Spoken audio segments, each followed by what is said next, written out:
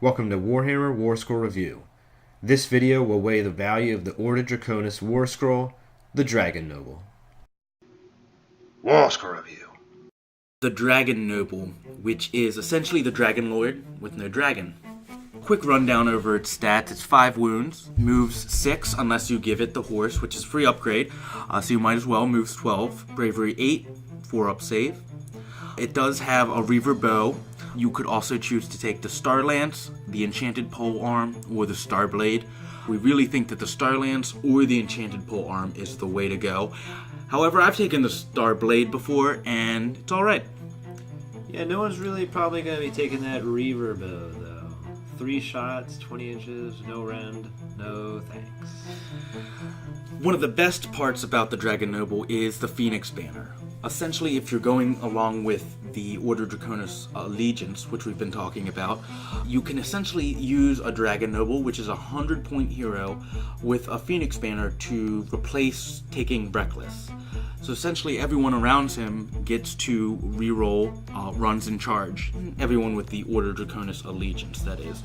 Which frees you up to have your general, which is most likely your dragon, either take Master of Defense, or even Legendary Fighter or Tenacious, rather than Reckless, giving them some defense against mortal wounds, and, or +1 wound, just something a little extra. And since the Phoenix Banner is free with the Dragon Noble, it really doesn't make much sense to not take it. If you're using the Dragon Blade in a small game, you might actually be putting artifacts and command traits on them.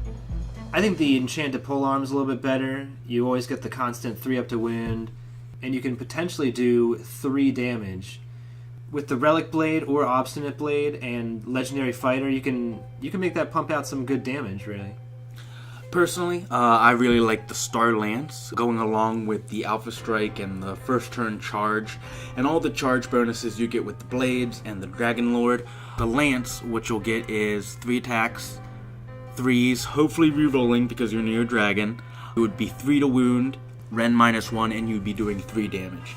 So really, the Star Lance is better on the charge. However, you get a little bit more consistency with the pole arm and not really always relying on the charge.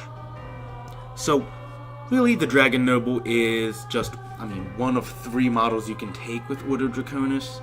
The real appeal to it is the Phoenix Banner, so you don't have to take Reckless. The command ability is really a watered down version of the Dragon Lord, so we definitely recommend taking a look at the Dragon Lord video. However, it is a 100-point hero. You can, find different ways to use that depending on your objectives and the mission. It does have some flexibility as far as the weapon choices. Overall, as a 100-point hero, I think it's fairly decent. I would still give it a 2 out of 5. I really don't think it's great at anything. I think it's a good support if you have the extra points for the Order Draconis army.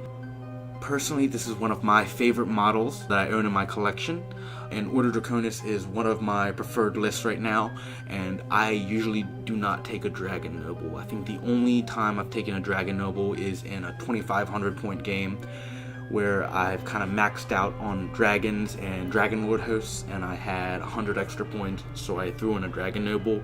It did give me the Master of Defense for my general, so it definitely wasn't wasted. However, still overall in the grand scheme of things, I think it's very situational. It's a cool looking model. However, for competitive Age of Sigmar, I think it's still below standard for a hero.